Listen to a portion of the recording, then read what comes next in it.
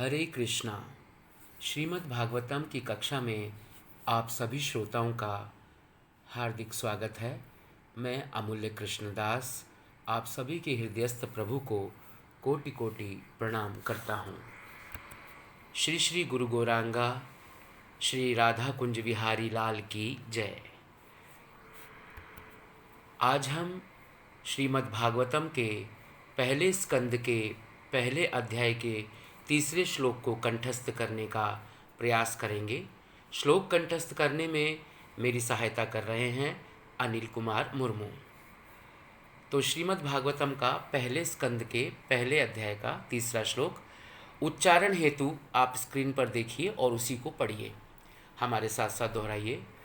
निगम निगम कल्पतरोः कल्पतरोः गलितं गलितं फलम् फलं निगमकल्पतरोः निगमकल्पतरोः गलितं फलं गलितं फलं निगमकल्पतरोः गलितं फलं निगमकल्पतरोः गलितं फलं शुकमुखात् शुकमुखात् अमृतद्रव अमृतद्रव शुकमुखात् अमृतद्रव शुकमुखात् अमृतद्रव संयुतं संयुतं संयुतं संयुतं शुकमुखात् अमृतद्रव संयुतं सुखमुखात् अमृतद्रव संयुतं निगमकल्पतरोः गलितं फलं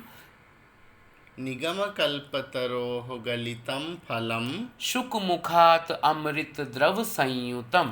सुखमुखात् अमृतद्रव संयुतं। अब आप इसको पॉज करके बार बार दोहराएंगे। इसके बाद हम तीसरी पंक्ति लेते हैं। पिबत भागवतम पिबत भागवतं पिबत भागवतम पिबत भागवतं रसमालयम रसमालयं रसमालयम रसमालयं पिबत भागवतम रसमालयम पिबत भागवतं रसमालयं मुहु अहो मुहुः अहो रसिका रसिका मुहु अहो रसिका मुहुः अहो रसिका मुहुः अहो रसिका मुहुः अहो रसिका भुवि भावुकः भुवि भावुकः मुहुरहो रसिका भुवि भावुकः मुहुरहो रसिका भुवि भावुकः मुहुरहो रसिका भुवि भावुकः मुहुरहो रसिका भुवि भावुकः निगमकल्पतरोः गलितं फलं निगमकल्पतरोः गलितं फलं शुकमुखात् अमृतद्रव संयुतं सुखमुखात् अमृतद्रव संयुतं पिबत भागवतं रसमालयं पिबत भागवतं रसमालयं मुहुरहो रसिका भुवि भावुकः मुहुरहो रसिका भुवि भावुकः। इस तरह से अब हम इस श्लोक में जो बताया गया है उस पर बताएंगे। इसमें बताया गया है, हे विचारवान भावुक जनों, श्रीमद् भागवतम वैदिक साहित्य रूपी कल्प वृक्ष या सभी इच्छाओं की पूर्ति करने वाले वृक्ष का ऐसा मीठा एवं पूरी तरह से पका हुआ फल है जिसमें छिलका गुठली आदि त्याज्य अंश कुछ भी नहीं है, एवं जो श्रीमद् भागवत के मूल वक्ता या महामुनि शुकदेव के मुख से निकलने के कारण तरल है एवं पूरी तरह से अमृत रस से भरा हुआ है। जिस प्रकार लाल चोंच वाला तोता जब किसी फल को चख लेता है तो वह और भी मीठा हो जाता है, उसी प्रकार यह भागवतम रूपी पका हुआ फल महामुनि शुकदेव के मुख से निकलने के कारण और भी मीठा हो गया है। अतः हे रस के मर्म को समझने वाले रसिकों, पृथ्वी पर सुलभ इस दिव्य भागवत रस का जब तक शरीर में चेतना है तब तक या मुक्ति प्राप्त होने तक या मुक्त अवस्था में भी निरंतर पान करते रहो, क्योंकि यह दिव्य रस सदैव रुचिकर एवं आस्वाद्य है। अब हम इसकी एक एक पंक्ति का अर्थ समझेंगे।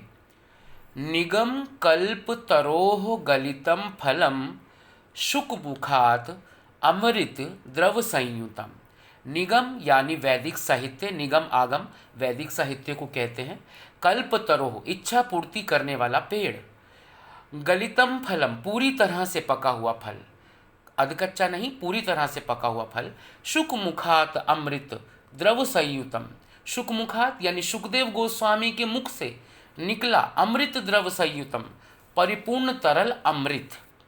तो इस प्रकार निगम कल्पतरोर गलितम फलम शुक मुखात अमृत द्रव संयुतम का अर्थ हुआ कि श्रीमद् भागवतम वैदिक साहित्य, श्रीमद् भागवतम वैदिक साहित्य रूपी कल्पवृक्ष या सभी इच्छाओं की पूर्ति करने वाले वृक्ष का ऐसा मीठा एवं पूरी तरह से पका हुआ फल जिसमें छिलका गुठली आदि त्याज्य अंश कुछ भी नहीं है, एवं जो श्रीमद् भागवत के मूल वक्ता यानी महामुनि शुकदेव के मुख से निकलने के कारण तरल एवं पूरी तरह से अमृत रस से भरा हुआ है। शुक मुखात, शुक के मुख से निकला है।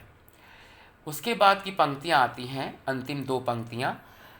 पिबत भागवतम रसमालयम, पिबत भागवतम रसमालयम मुहुरहो रसिका भुवि भावुकः, मुहुरहो रसिका भुवि भावुकः।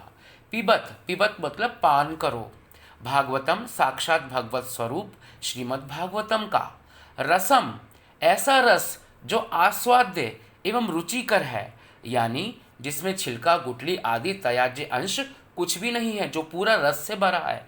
आलयम, आलयम का अर्थ है मुक्ति प्राप्त होने तक या मुक्त अवस्था में। मुहु हमेशा या निरंतर, अहो रसिका हे रस का ज्ञान रखने वाले रसिक जन, मुहु रहो है ना, तो मुहु रहो का मतलब है अहो, हलंत हटा देंगे तो अहो रसिका हे रस का ज्ञान रखने वाले रसिक जन, भुवि यानी पृथ्वी, भावुकः समझदार विचारवान या पटु। इस प्रकार पिबत भागवतम रसमालयम मुहुरहो रसिका भुवि भावुका का अर्थ हुआ कि हे विचारवान भावुक जनों या रस के मर्म को समझने वाले रसिकों, पृथ्वी पर सुलभ इस दिव्य भागवत रस का जब तक शरीर में चेतना है, जब तक शरीर में जान है, तब तक या मुक्ति प्राप्त होने तक या मुक्त अवस्था में भी निरंतर पान करते रहो, क्योंकि यह दिव्य रस सदैव रुचिकर एवं आस्वाद्य है। अब हम इस पूरे श्लोक को एक ही निगाह में देख लेते हैं। निगम कल्प तरोह गलितम फलम शुक मुखातमृत द्रव संयुतम पिबत भागवतम रसमालयम मुहुरहो रसिका भुवि भावुकः।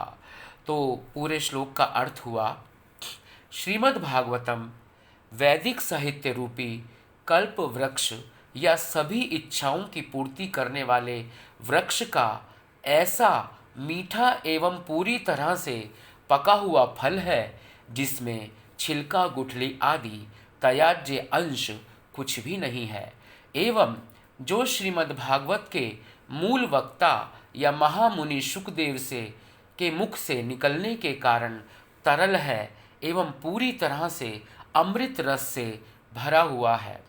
अतः हे रस के मर्मज्ञ को, मर्म को समझने वाले रसिकों, पृथ्वी पर सुलभ इस दिव्य भागवत रस का जब तक शरीर में चेतना है तब तक या मुक्ति प्राप्त होने तक या फिर मुक्त अवस्था में भी निरंतर पान करते रहो, क्योंकि यह दिव्य रस सदैव रुचिकर एवं आस्वाद्य है। आप सभी श्रोतागण का बहुत बहुत धन्यवाद। हरे कृष्णा।